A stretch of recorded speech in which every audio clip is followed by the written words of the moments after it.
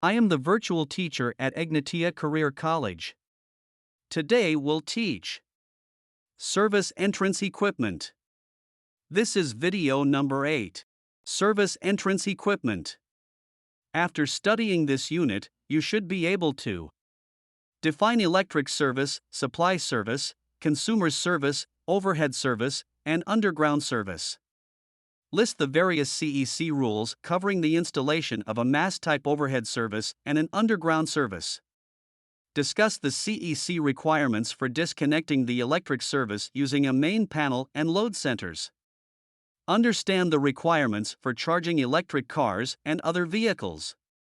Discuss the grounding of interior alternating current systems and the bonding of all service entrance equipment. Describe the various types of fuses. Select the proper fuse for a particular installation. Explain the operation of fuses and circuit breakers. Explain the term interrupting rating. Determine available short circuit current using a simple formula. Perform cost of energy calculations. Understand how to read a watt-hour meter. An electric service is required for all buildings containing an electrical system and receiving electrical energy from a utility company. The Canadian Electrical Code, CEC, describes the term service in two ways: consumer service and supply service. A consumer service is considered to be all of the wiring from the service box to the point where the utility makes connection. A service box is a main switch and fuses or the main breaker in a combination panel. CEC Section 0 defines a supply service as the single set of conductors run by the utility from its mains to the consumer service. On an overhead service, this is usually from the transformer on the pole to the point of attachment on the service mast. With an underground service, this may be from the transformer to the line side of the meter base. If the electric utility defines the point of connection as the transformer, the wires that are run from the transformer to the meter base form part of the consumer's service.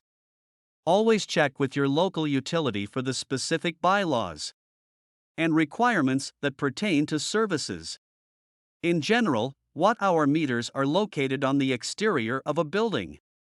Local codes may permit the watt-hour meter to be mounted inside the building. In some cases, all of the service entrance equipment may be mounted outside the building. This includes the watt-hour meter and the disconnecting means, Rule 6-408. The electric utility generally must be contacted to determine the location of the meter, Rule 6-408. This will usually be within 1 meter from the front of the house and 1.8 meter above grade to the center of the socket. The final say on the position of the meter rests with the local supply authority in accordance with Rule 6-410. Overhead service.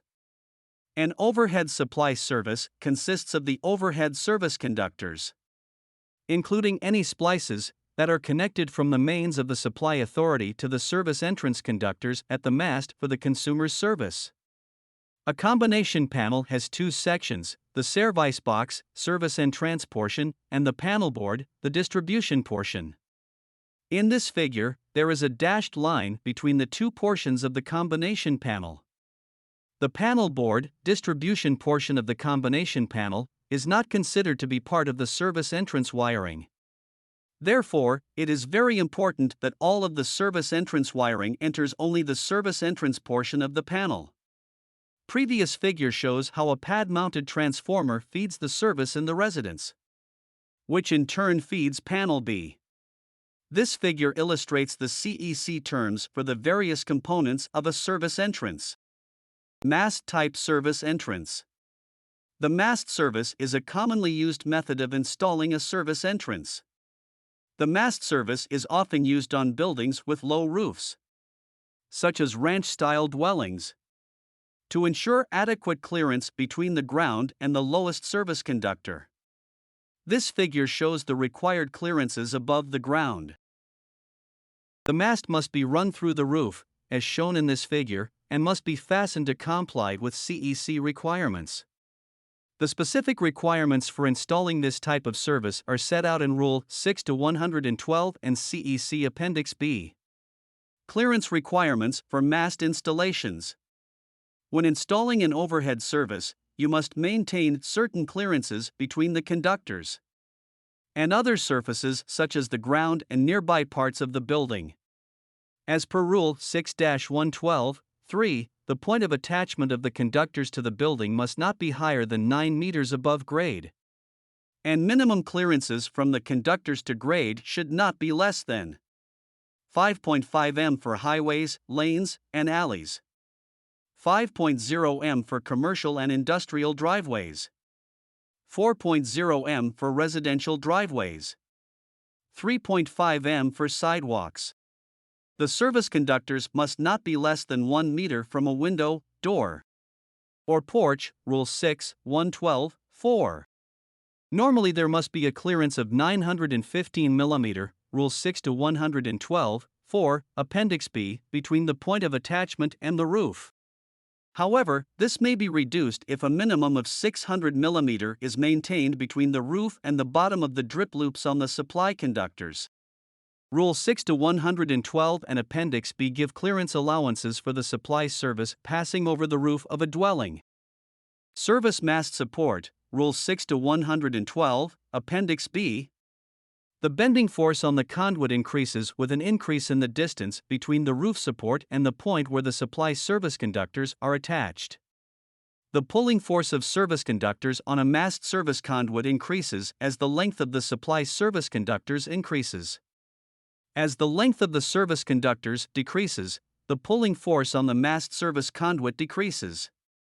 If extra support is not provided, the mast must be an approved tubular support member, most common, or 63 mm rigid steel conduit, Rule 6-112.5-6. This size prevents the conduit from bending due to the strain of the supply service conductors. If extra support is provided, it should be in the form of a guy wire that attaches to the roof rafters of the house and the service mast by means of approved fittings. This provides support for long runs of supply service conductors and for the extra weight that ice storms can add to the conductors. If the mast is more than 1.5 m above the uppermost support, the mast must have a guy wire attached to the roof rafters by an approved fitting, Rule 6-112.9, and Appendix B. Consult the utility company and electrical inspection authority for information relating to their specific requirements for clearances and support for service masts. The CEC rules for installation and clearances apply to the supply service and consumer service conductors. For example, the service conductors must be insulated, except where the provisions of Rule 6-308 are met and approved for exposure to direct sunlight as required by Rule 2-134. In this case, the grounded neutral conductors are not required to have insulation. The installation requirements for a typical service entrance are shown in this figure. Also, the installation requirements for a typical service entrance are shown in this figure as well. The wiring connections, grounding requirements, and CEC references are given in figure. The wiring from the external meter to the main service equipment is the same as the wiring for a service connected from overhead lines. Underground service. The underground service is the cable installed underground from the customer's meter socket to the utilities supply. This cable is usually, but not always, supplied by the utility company. New residential subdivisions often include underground installations of the electrical system. The transformer and primary high-voltage conductors are installed by, and are the responsibility of, the utility company. The electrical contractor supplies and installs the consumer service conductors. But the local utility may require a specific type of cable that it may supply to the contractor at a reasonable cost. Always check with the local utility in addition to the inspection authority before commencing work. This figure shows a typical underground installation. Some local codes may require conduit to be installed underground from the pole to the service entrance equipment. Requirements for underground services are given in Rule 6-300. If the electric utility installs the underground service conductors, the work must comply with the rules established by the utility, Section 0, Scope. These rules may not be the same as Rule 6-300. When the underground conductors are installed by the electrician, Rule 6-300 applies. This rule deals with the protection of conductors against damage and sealing of underground conduits where they enter a building.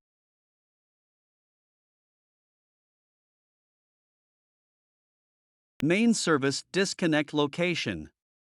The main service disconnect means shall be installed at a readily accessible location so that the service entrance conductors within the building are as short as possible.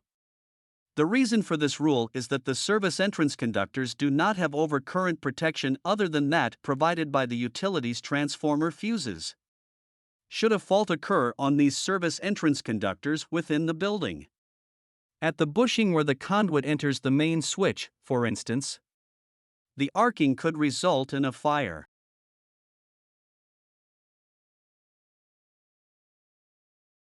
The electrical inspector, authority having jurisdiction, must make a judgment as to what is considered to be a readily accessible location nearest the point of entrance of the service entrance conductors, Rule 6-206-1.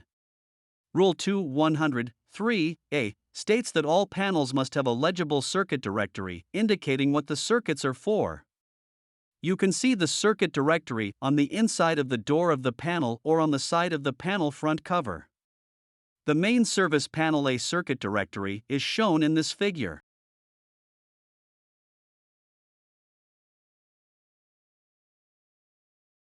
Disconnect means, panel A. The requirements for disconnecting the electric services are covered in Rule 6-200. Rule 6-200-1 requires that each consumer service be provided with a single service box. However, Subrule 2 sets out the circumstances in which more than one service box is permitted. The subdivision is made at the meter base. Maximum rating is 600 amperes and 150 volts to ground. The meter base is located outdoors. A panel board must have the minimum number of overcurrent devices or positions, as required by Rule 8-108.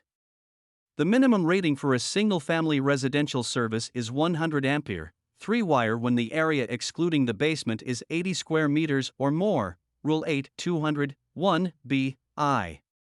And 24 kilowatts is the minimum service load to be applied. The minimum rating for a single-family residential service is 60 ampere, 3-wire when the area is 80 square meters or less, Rule 8-200-1B-2. And 14.4 kilowatts is the minimum service load to be applied. For this residence, Panel A provides a 200 ampere circuit breaker for the main disconnect. Panel A also has a number of branch circuit overcurrent devices to protect the many circuits originating from this panel. This type of panel is listed by the Canadian Standards Association, CSA, as a load center and as service equipment. The panel meets CEC requirements and is designed to accommodate full and half-width breakers. This panel may be surface or flush mounted.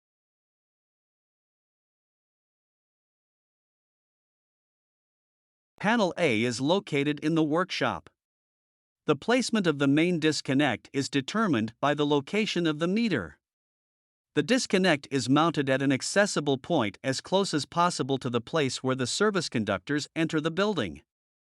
The local utility company generally decides where the supply service, or the consumer service in the case of an underground service, is to be located, and also provides the electrician with a meter location.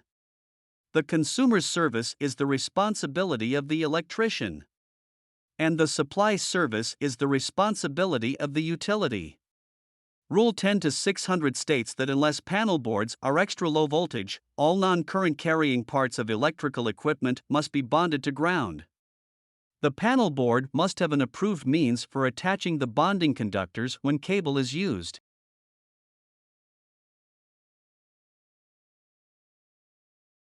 Bonding. At the main service entrance equipment, the grounded neutral conductor must be bonded to the metal enclosure. For most residential type panels, this main bonding jumper is a bonding screw furnished with the panel. This bonding screw is inserted through the neutral bar into a threaded hole in the back of the panel itself.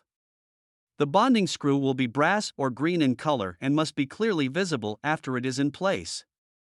As previously mentioned, Rule 10-210-D prohibits bonding the grounded neutral of a system to any equipment on the load side of the main service disconnect. Therefore, the brass or green main bonding jumper screw furnished with residential type panels will be inserted at the main service panel only. This screw must be removed at sub-panels, such as panel B in the recreation room of the residence.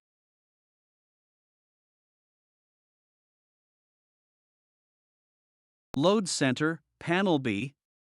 When the main service panel is located some distance from areas having many circuits and/or a heavy load concentration, such as the kitchen or laundry of this residence, it is recommended that load centers be installed near these concentrations of load.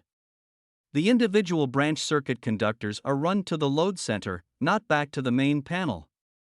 Thus, the branch circuit runs are short, and line losses, voltage and wattage, are less than if the circuits had been run all the way back to the main panel.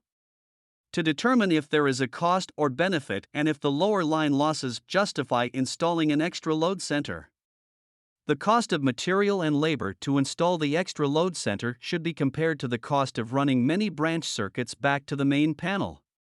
A typical load center is shown in this figure.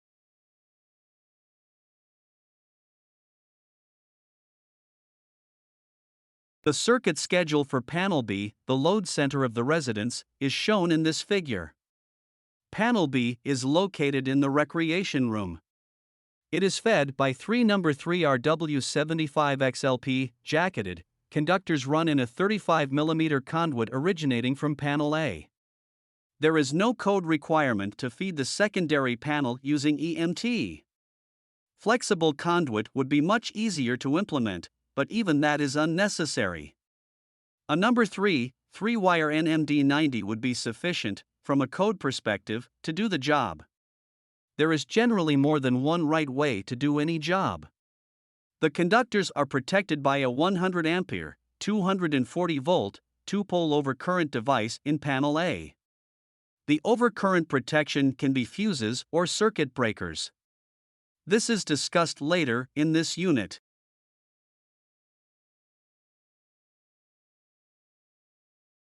Electric vehicle charging. Electric vehicles are a growing segment of the auto industry, with governments adding purchasing incentives and major cities beginning to legislate future restrictions on the use of hydrocarbon-fueled vehicles. The use of electric vehicles, EV, is projected to increase greatly over the foreseeable future. The building code amendments that came into place effective on January 1, 2018 in Ontario stipulate that, unless otherwise allowed by an inspector, 20% of the parking spaces in semi-detached or row houses must be provided with EV supply equipment.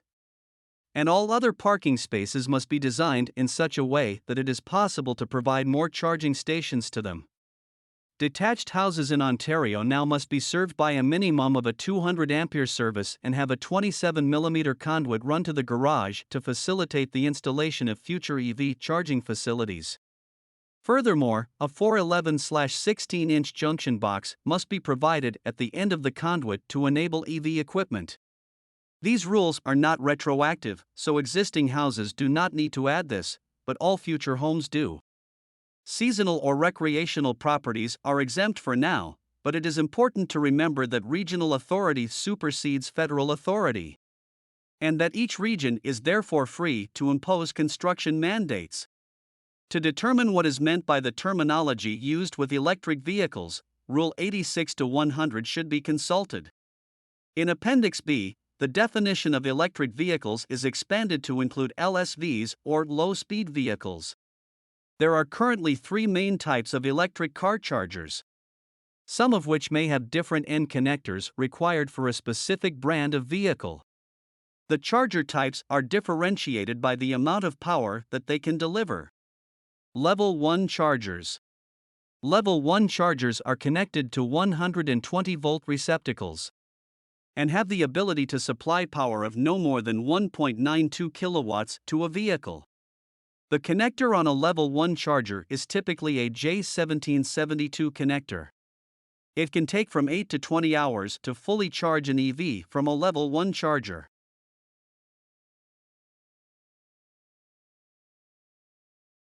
Level 2 chargers. Level 2 chargers are fed from 208 volts when connected to 3-phase power and 240 volts when connected to single-phase power.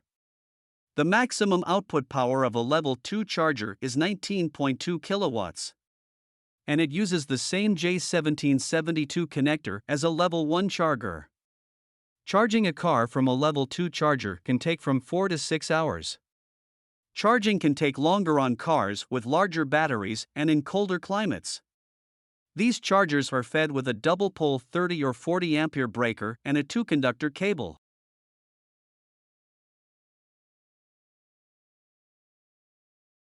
Level 3 chargers, DC fast. Level 3 chargers are really called DC fast or DCFC, DC fast charger. DC fast chargers can charge a vehicle up to an 80% charge in approximately 30 minutes. After that, the charge rate tends to slow down. There are 3 different types of connectors for DCFC chargers.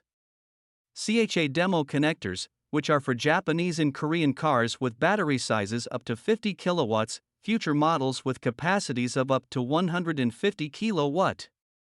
CCS, combined charging standard, connectors, which are used by North American and made in German cars with battery sizes up to 50 kilowatt, future models with capacities of up to 150 kilowatt. Tesla connectors, also known as superchargers, which are used by Tesla vehicles and have an output range of 90 to 150 kilowatt. Tesla vehicles can determine the type of connection they have and will adapt their charging connection internally to accept the charge provided. Tesla vehicles can connect to Level 1, Level 2, or DCFCs with the connection adapters, so that they can take advantage of any available EV power source. When calculating the total load for service EV chargers, a demand factor of 100% must be used. With the approval of the local inspection authority, the maximum current listed on the nameplate can be reduced by adjusting the power output of the charger. If the existing service is close to its maximum capacity, a service upgrade may be prevented by simply adjusting the output settings of the charger. For example, 2 Tesla chargers with nameplate currents of 80 amperes are connected to one 100 ampere feed. In this example, the chargers are set to share a single connection and at no point in time will they draw a combined current in excess of 80 amperes. Tesla chargers connect up to a maximum of 4 chargers to a single 80 ampere supply. Many chargers are capable of being set to a lower output, lessening the demand on the service and impacting only the time needed to fully charge. In most cases, this is not an issue for the user because, as a general rule, a charger connected to a 240 volt supply will add 4.8 kilowatt per hour for every 20 amperes available. This means a 20 ampere connection would easily charge a vehicle overnight. Chargers that are not capable of having their output reduced can be connected to an EV management system to reduce or eliminate their impact to the service, as outlined in Rule 86-300-2. Service entrance conduit sizing. To determine the proper size of conduit, the conduit fill is calculated using the same method as outlined in Unit 7. Look up the necessary data in CEC Tables 8, 9, AJ, and 10, AD. If all of the wires in the conduit are the same size, CEC Table 6, AK, may be used for sizing the conduit. Meter. Some electric utility companies offer lower rates for water heaters and electric heating units connected to separate meters. The residence in the plans has only 1 meter, so all lighting, heating, cooking, and water heater loads are registered on that meter. For a typical overhead service, a meter socket is mounted at eye level on the outside wall of the house. The service conduit is connected to the socket at a threaded boss hub on the top of the socket. If non-metallic raceways are used for the service conduit, the method of fastening to the top of the meter socket will be different. if a threaded hub is used at the meter socket. A short threaded conduit nipple will be required, along with a non-metallic female adapter. Non-metallic raceways must never be threaded directly into a threaded boss, Rule 12, 1112, 2. The lower index of expansion of the metal nipple prevents the raceway from breaking inside the threaded boss. Alternatively, a non-metallic hub may be used in place of the threaded hub, with the raceway fastened with solvent cement. This conduit would be carried down into the basement, connecting to the main service equipment, as shown in figures 8.7 and 8.8 and 8-19. Proper fittings must be used, and the conduit must be sealed where it penetrates the wall. This is required by Rule 6, 312, 1, and is achieved by placing duct sealing compound around the conductors in the raceway where they pass through the wall. Rule 6-312 also requires that the service raceway be suitably drained either inside or outside the building. However, if the service raceway terminates in the top of the service box, the drain must be outdoors. This is usually accomplished by drilling a small hole in the bottom of the L fitting on the outside of the building. The electrician's responsibility is to install the consumer service conductors from the load side of the meter to the line side of the main service disconnect switch. Figure 820 shows one type of underground meter base. Note the following. 1. The line side is designated. This is important because if the meter is installed with the load at the top, it will run backward. 2. These are stud-type connections and require the line conductors to have a crimped-on lug. 3. Line-side insulated jaw shrouds help prevent shocks and faults when installing the cover on the meter base. 4. Insulated support blocks also provide a location for a flat-rate water heater lug, which can be bolted on at the 3 o'clock position.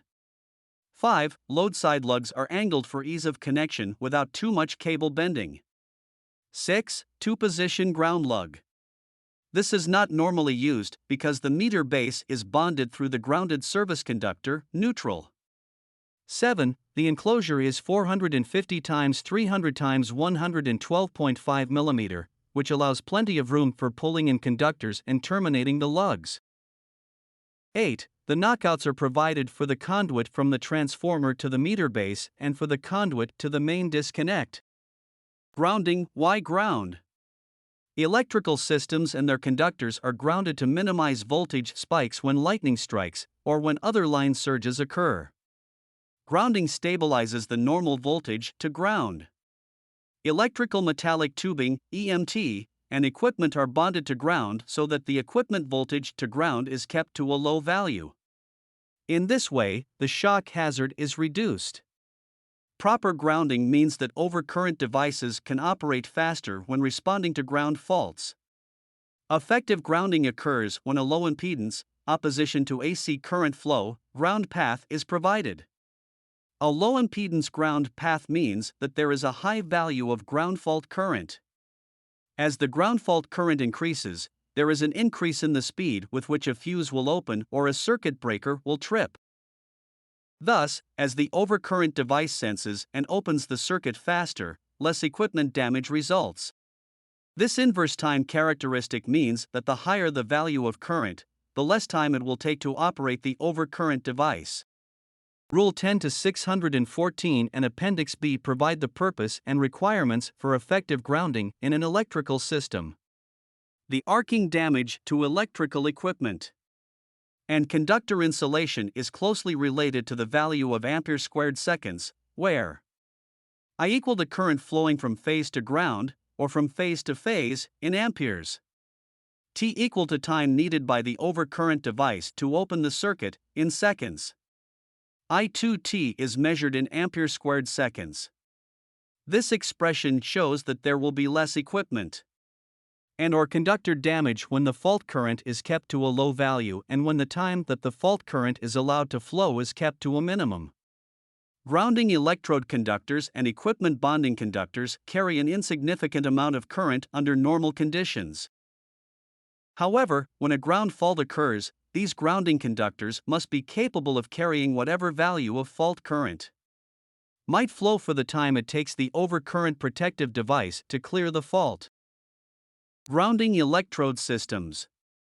In the grounding electrode system, rather than grounding a single item such as the neutral conductor, the electrician must be concerned with grounding and bonding together an entire system.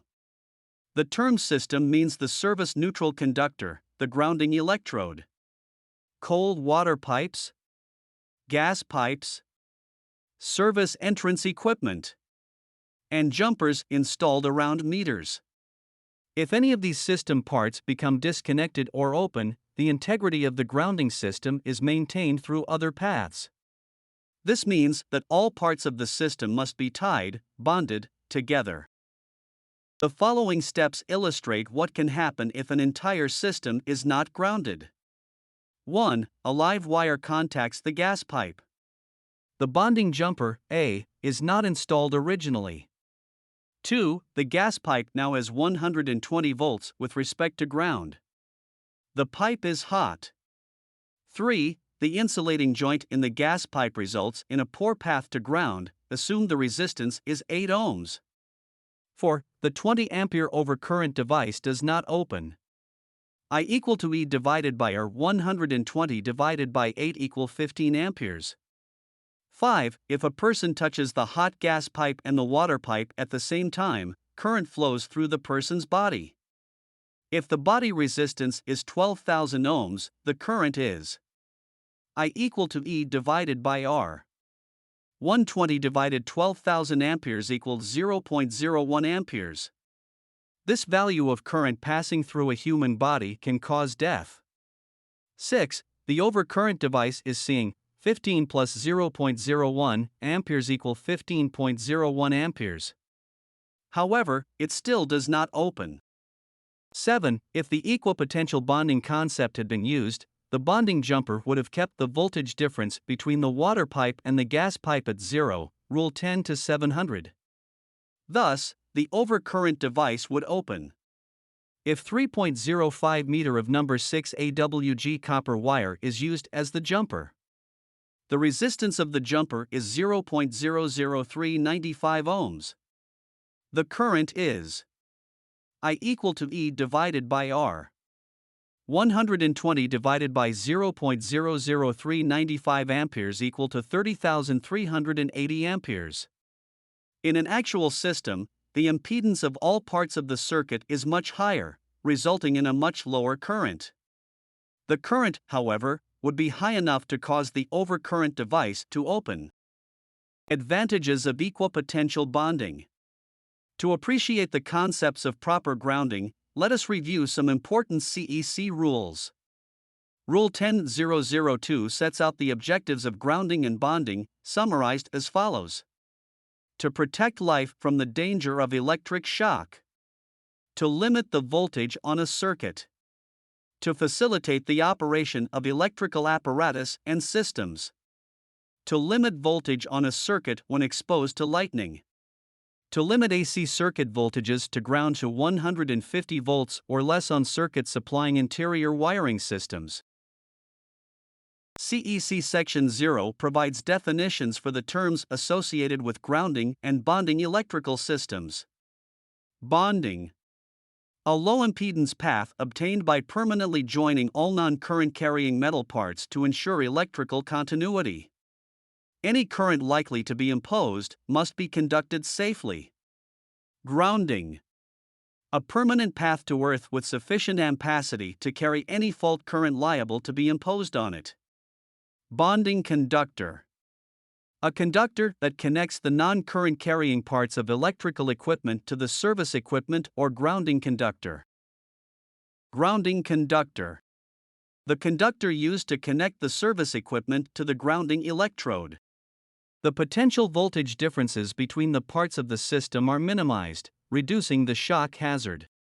The impedance of the ground path is minimized. This results in a higher current flow in the event of a ground fault. The lower the impedance, the higher the current flow. This means that the overcurrent device will open faster under fault conditions. The overcurrent device will open faster under fault conditions. Methods of grounding. This figure shows that the metal cold water pipes, the service raceways, the metal enclosures, The service switch and the neutral conductor are bonded together to form a grounded system, Rule 10 to 700. Regarding the resistance used as an example in this textbook, the grounding electrode will be the service water pipe from the public water main. This establishes an equipotential relationship with other non-current carrying equipment, as outlined in Rule 10 to 700, where a driven ground rod is the grounding electrode. The size of the grounding electrode conductor that is the sole connection to the driven rod shall not be smaller than the requirements of Rule 10 to 708. If the driven ground rod is not selected as the grounding electrode, any one of these items may be used, at least 6 meter of bare copper conductor not smaller than number 4 AWG, Table 43, or an approved manufactured ground plate. Both of these may be encased in concrete at least 50 mm thick and in direct contact with the earth, such as near the bottom of a foundation or footing. Rule 10 to 102, 3. There is little doubt that this concept of a grounded system gives rise to many interpretations of the CEC. The electrician must check with the local inspection authority to determine the local interpretation.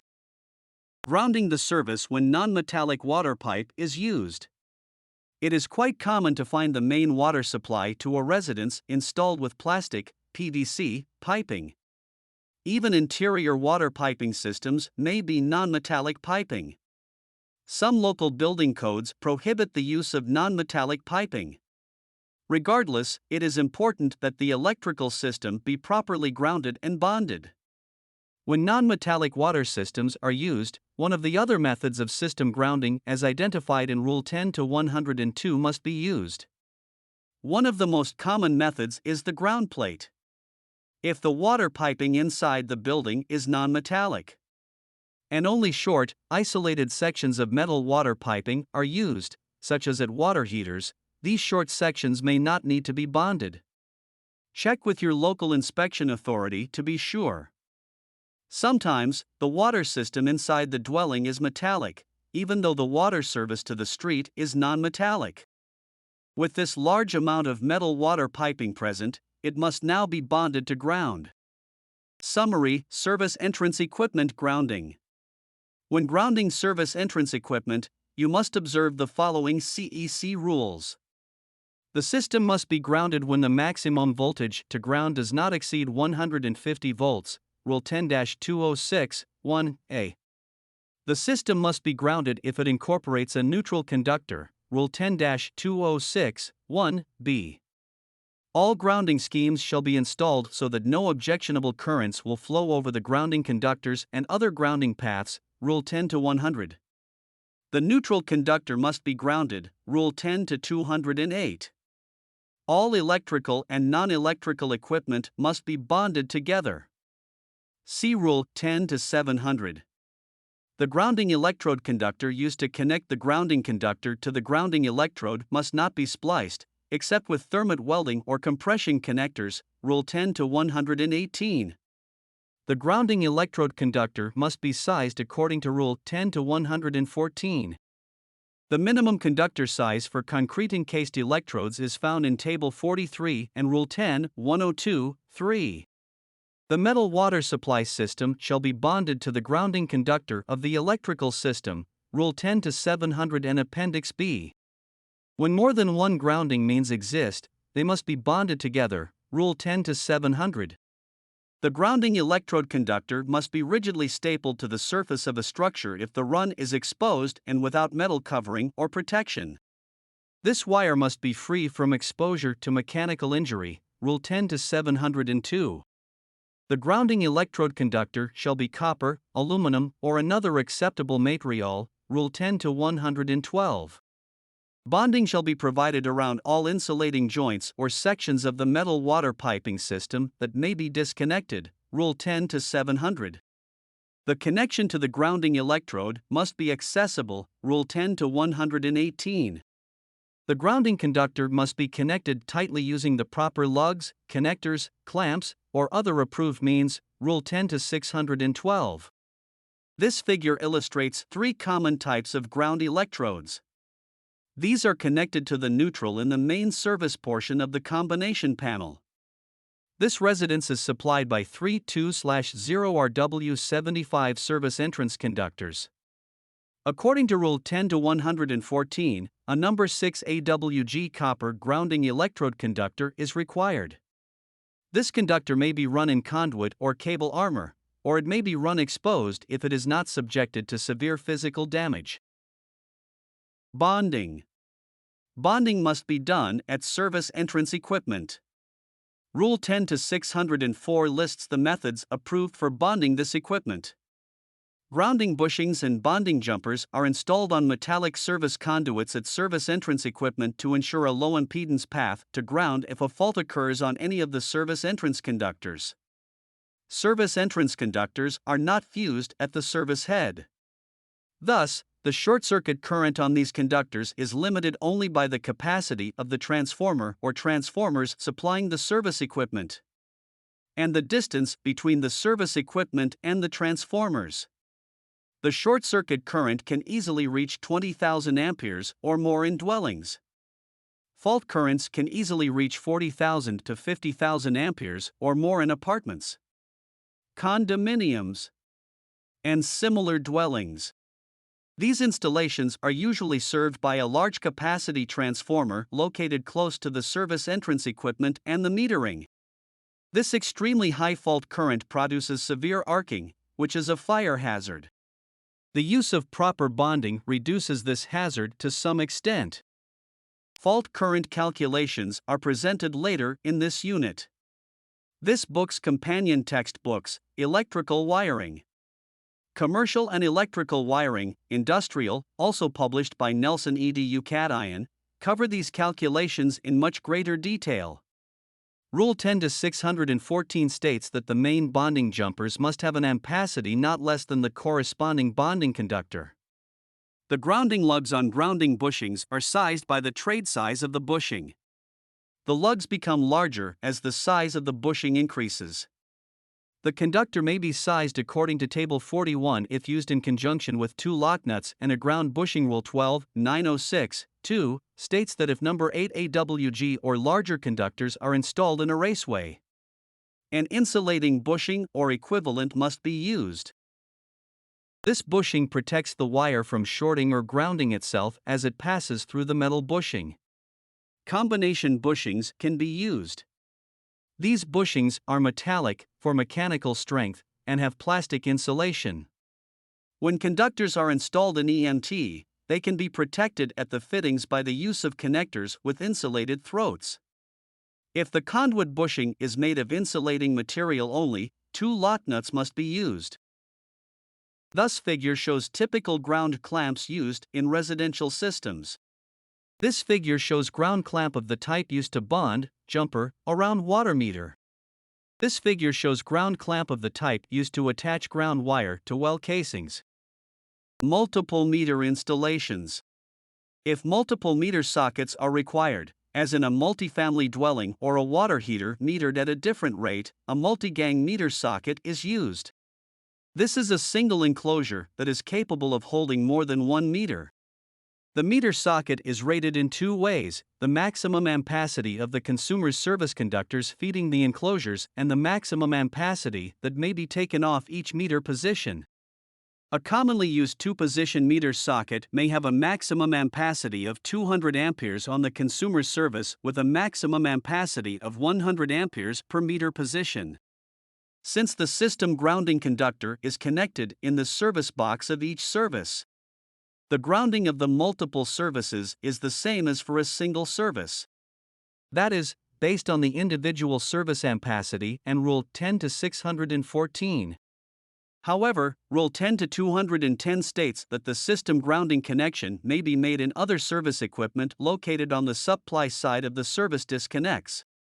The service can, therefore, be grounded at the multi-gang meter socket by connecting the neutral conductor to the grounding electrode using a conductor sized according to Rule 10-614.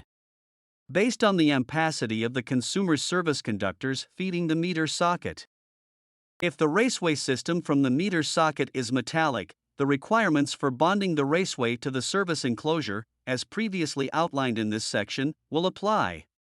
If the service raceways are non-metallic, a separate bonding conductor is required, sized according to Table 16, based on the ampacity of the individual service over current device ratings. Because the neutral conductor is already bonded to the case of the meter enclosure and connected to the grounding electrode from this location, you must apply Rule 10-210. This rule requires that the neutral not be connected to the enclosure in the service box of the individual services. Therefore, the brass or green bonding screw must be removed from the neutral bar in the individual services. Branch circuit overcurrent protection. The overcurrent devices commonly used to protect branch circuits in dwellings are fuses and circuit breakers. CEC Section 14 discusses overcurrent protection. Plug fuses, fuse holders, and fuse rejectors. Fuses are a reliable and economical form of overcurrent protection. Rules 14-200 through 14-212 give the requirements for plug fuses, fuse holders, and fuse rejectors, including: plug fuses shall not be used in circuits exceeding 125 volts between conductors. An exception to this rule is for a system having a grounded neutral where no conductor is more than 150 volts to ground. This is the case for the 120/240 volt system used in the residence discussed in this textbook. See Rule 14-202. Plug fuses with low melting point characteristics shall be marked P, and fuses with time delay shall be marked D, Rule 14-200. The screw cell of the fuse holder must be connected to the neutral of the circuit. Where there is an alteration to a fuse panel, the fuse panel is required to be equipped with fuse rejectors that are designed to limit the size of fuse that can be accommodated by the fuse holder, Rule 14-204-2. All new installations require fuse rejectors. Fuse rejectors are classified at 0 to 15 amperes, 16 to 20 amperes, and 21 to 30 amperes. The reason for this classification is given in the following paragraph. When the electrician installs fusible equipment, the ampere rating of the various circuits must be determined. Based on this rating, a fuse rejector of the proper size is inserted into the fuse holder. The proper type P or D fuse is then placed in the fuse holder. Because of the rejector, the fuse is non-interchangeable, as required by Rule 14-204-1. For example, assume that a 15 ampere rejector is inserted for the 15 ampere branch circuits in the residence. It is impossible to substitute a fuse with a larger rating without removing the 15 ampere rejector. If any alterations are made to an existing panel, these rejectors must be installed, Rule 14-204-2. This figure shows typical fuse rejectors.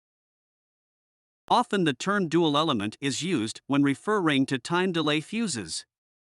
Dual element is a trade name of fuses made by Bussmann Division, Cooper Industries.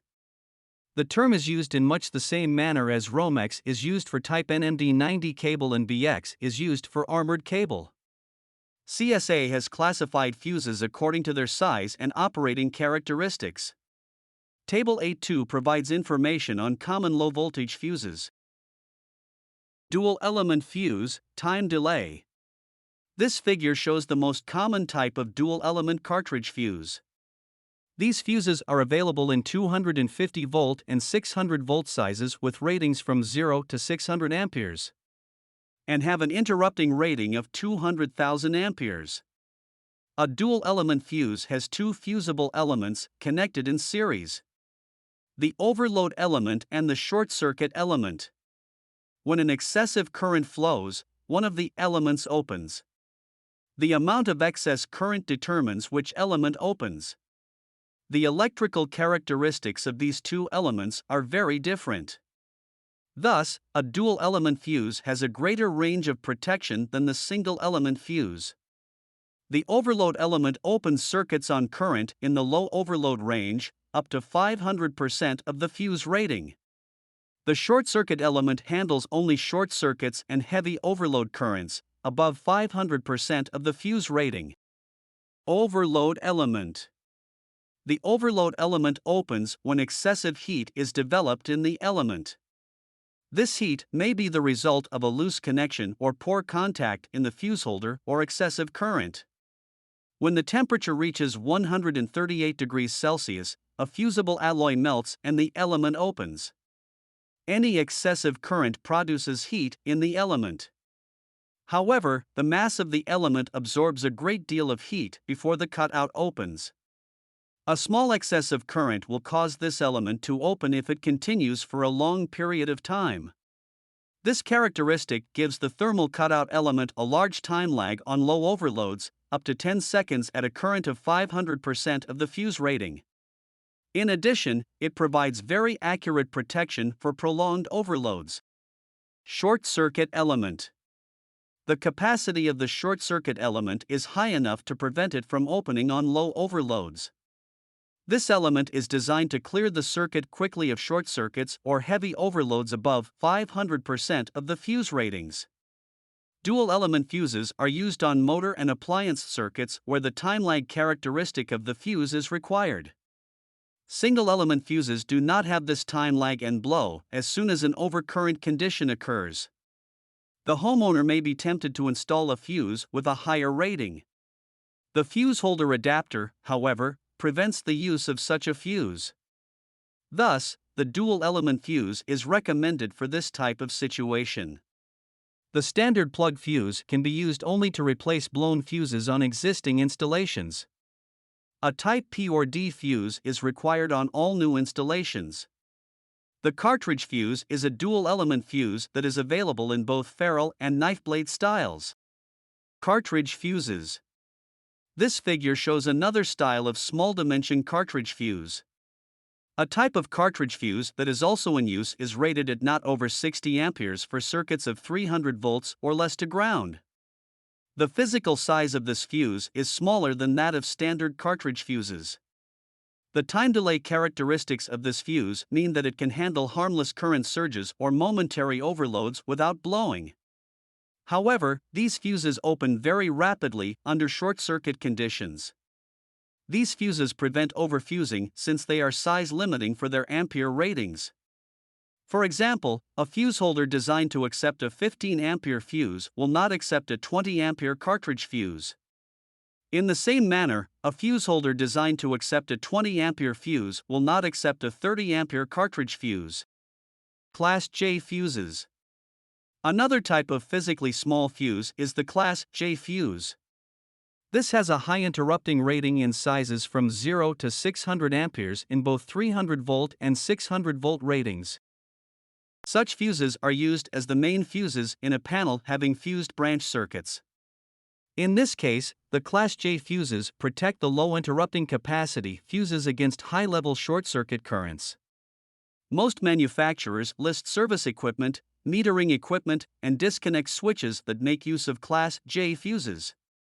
This allows the safe installation of this equipment where fault currents exceed 10,000 amperes, such as on large services, and any service equipment located close to pad-mounted transformers, such as those found in apartments, condominiums, shopping centers, and similar locations.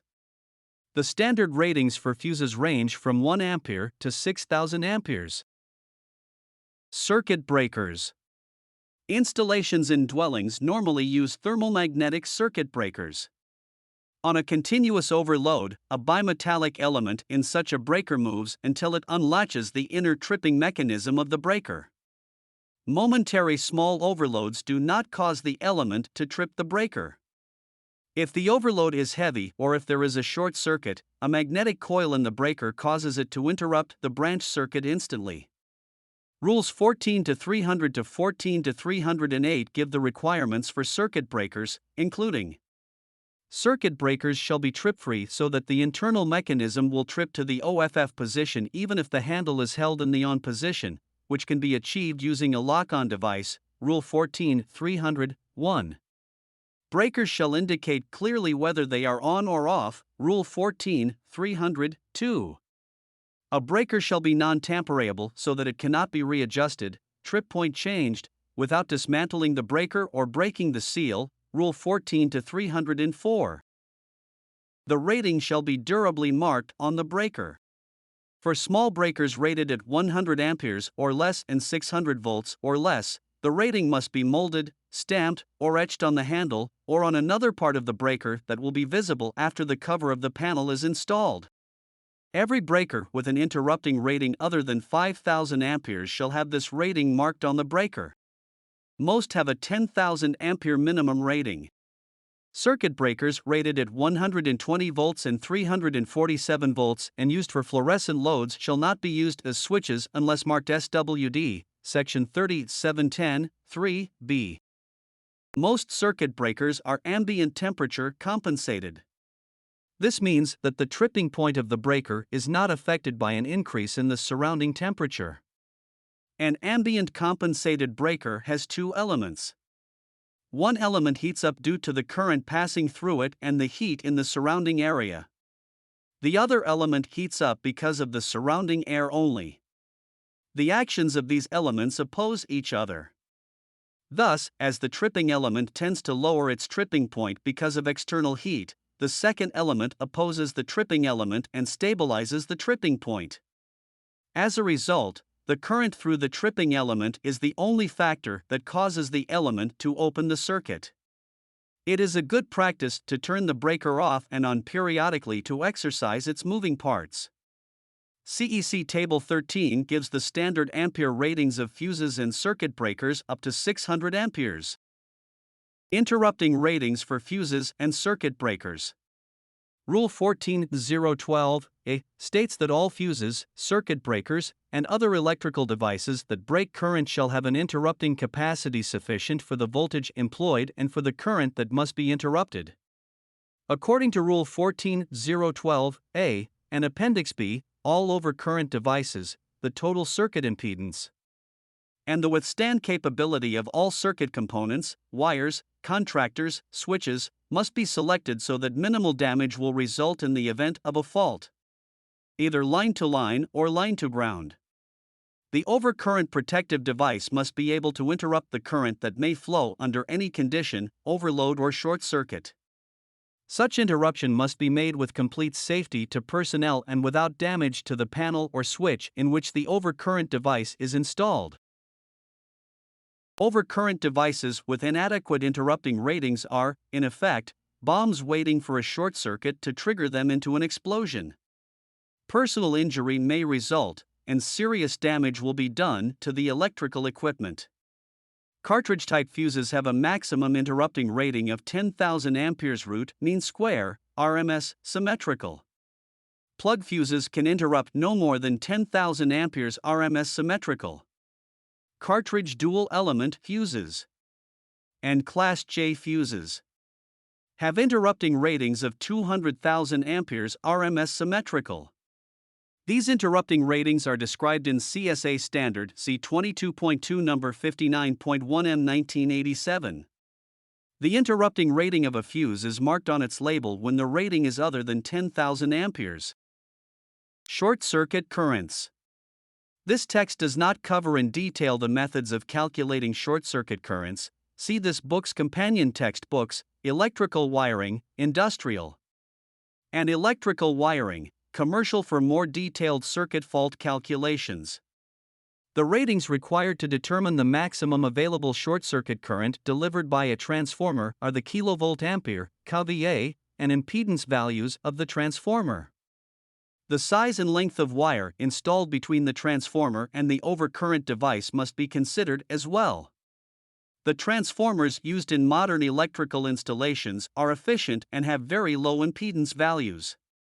A low impedance transformer having a given kVA rating delivers more short circuit current than a transformer with the same kVA rating and a higher impedance. When an electric service is connected to a low impedance transformer, the problem of available short circuit current is very serious. The examples given in this figure show that the available short circuit current at the transformer's secondary terminal is 2800 amperes. Determining short circuit current. The local power utility and the electrical inspector are good sources of information for determining short circuit current. You can use this simplified method to determine the approximate available short circuit current at the terminals of a transformer. Step 1. Determine the normal full load secondary current delivered by the transformer. For single-phase transformers, I is equal to kilowatt times 1000 divided by E. Step 2. Using the impedance value given on the transformer nameplate, find the multiplier to determine the short circuit current. Unit 8 Service Entrance Equipment. Calculations are shown here. Step 3. Short circuit current equal normal full load secondary current times multiplier. Calculations are shown in this slide. In this slide you can see some more calculations. Panels and load centers. Fused main/fused branches. Fused main/fused branch circuits must be listed as suitable for use as service equipment. They must be sized to satisfy the required ampacity as determined by service entrance calculations and/or local codes. All fuses must have interrupting rating adequate for the available fault current. Panel must have short circuit rating adequate for the available fault current. For overload conditions on a branch, only the branch circuit fuses will open. All other circuits remain energized. The system is selective. For short circuits, line to line or line to neutral, and for ground faults, line to ground, only the fuse protecting the faulted circuit opens. All other circuits remain energized. The system is selective. Fused main/breaker branches. Fused main/breaker branches must be listed as suitable for use as service equipment. They must be sized to satisfy the required ampacity as determined by service entrance calculations and/or local codes. Main fuses must have interrupting rating adequate for the available fault circuit. Panel must have short circuit rating adequate for the available fault current. Main fuses must be current limiting, such as Class J fuses, so that if a fault exceeding the branch circuit breaker's interrupting rating, ampere interrupting rating, AIR, occurs, the fuse will limit the let-through fault current to a value less than the maximum interrupting rating of the branch circuit breaker. Branch circuit breakers generally have 10,000 amperes interrupting rating. For branch circuit faults, LN or LG, exceeding the branch circuit breaker's interrupting rating, one fuse opens, de-energizing one-half of the panel. The system is non-selective. Check time of current curves of fuses and breakers and check the unlatching time of breakers to determine at what point in time and current the breakers are slower than the current limiting fuses. For normal overloads and low-level faults, this system is selective. Breaker main/breaker branches. All standard plastic case breakers? These breaker main/breaker branches must be listed as suitable for use as service equipment. They must be sized to satisfy the required ampacity as determined by service entrance calculations and/or local codes. Main and branch breakers must have interrupting rating adequate for the available fault current. Panel must have short circuit rating adequate for the available fault current. For overload conditions and low-level faults on a branch circuit, only the branch circuit breaker will trip off. All other circuits remain energized.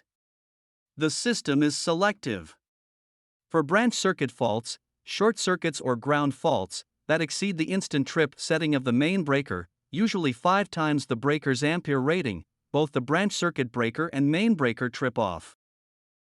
For instance, for a branch fault of 700 amperes, a 100 ampere main breaker also trips because the main will trip instantly for faults of 500, 100 by 5 amperes or more. Entire panel is de-energized. System is non-selective. Check manufacturer's data for time of current characteristic curves and unlatching times of the breakers. Breaker main/breaker branches. Series connected, sometimes called series rated, Rule 14.014. These breaker main/breaker branches must be listed as suitable for use as service equipment. They must be sized to satisfy the required ampacity as determined by service entrance calculations and/or local codes. They must be listed as series connected. Note: the terms and theory behind selective and non-selective systems are covered in detail in the Electrical Wiring Commercial Textbook. In all instances, you should check the time to current curves of fuses and circuit breakers to be installed. Also check the circuit breaker manufacturer's unlatching time data, as these will help determine at what values of current the system will be selective or non-selective. Main breaker will have interrupting rating higher than the branch breaker. For example, main breaker has a 22,000 ampere interrupting rating, whereas branch breaker has a 10,000 ampere interrupting rating. Panel must be listed and marked with its maximum fault current rating. For branch circuit faults, LL, LN, LG, above the instant trip factory setting, i.e., 200 ampere main breaker with 5 times setting. 200 times 5 equal to 1000 amperes. Both branch and main breakers will trip. The system is non-selective. For overload conditions and low-level faults on a branch, only the branch breaker will trip. The system is selective.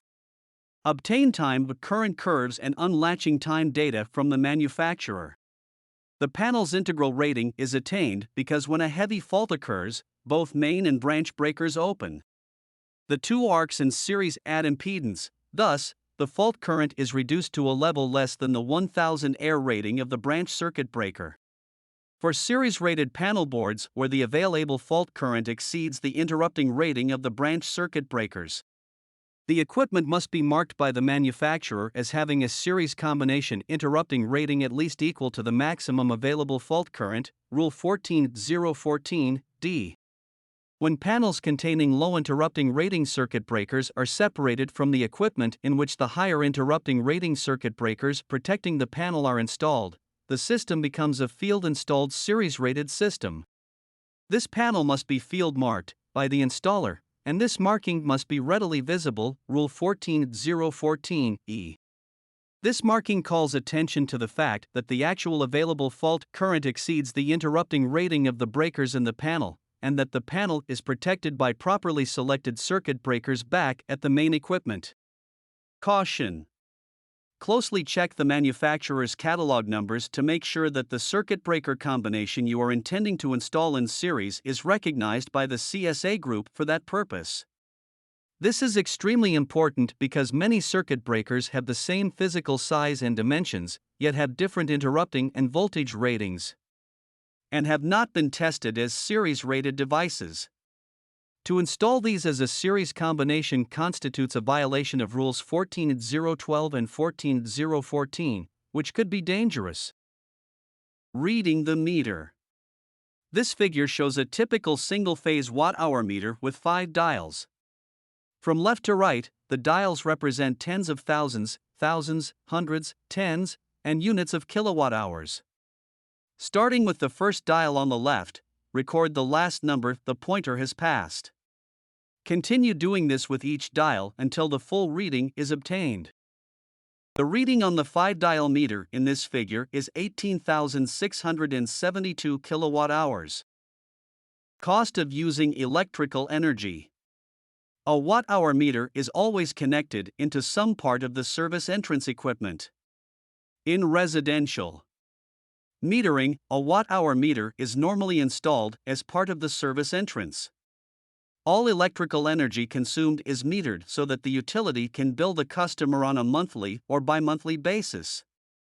The kilowatt, kW, is a convenient unit of electrical power. 1000 watts, W, is equal to 1 kilowatt, kW. The watt-hour meter measures both wattage and time. As the dials of the meter turn, the kilowatt-hour consumption is continually recorded. Utility rates are based on so many cents per kilowatt-hour. In this example, you see calculations of cost for the energy used. Some utilities apply a fuel adjustment charge that may increase or decrease the electric bill. These charges, on a per kilowatt-hour basis, enable the electric utility to recover from the consumer extra expenses it might incur for fuel costs used in generating electricity. These charges can vary each time the utility prepares the bill, without it having to apply to the regulatory agency for a rate change. Some utilities increase their rates during the summer months when people turn on their air conditioners. This air conditioning load taxes the utility's generating capabilities during the peak summer months. The higher rate structure also gives people an incentive to not set their thermostats too low, thus saving energy. To encourage customers to conserve energy, a utility company might offer the following rate structure. First, 500 kilowatt hours at 6.12 cents per kilowatt hour. Over 500 kilowatt hours at 10.64 cents per kilowatt hour, summer rate. Over 500 kilowatt hours at 8.64 cents per kilowatt hour, winter rate. The widespread introduction of smart metering worldwide has changed how utilities measure your power consumption. Smart meters communicate with the power utility and send data about your power consumption directly to the utility. It is possible for a utility to charge consumers different rates for the energy they use, based on the time of day the power was used. Some smart meters may send information about surge voltages and harmonics to the utility, enabling the utility to diagnose local power problems.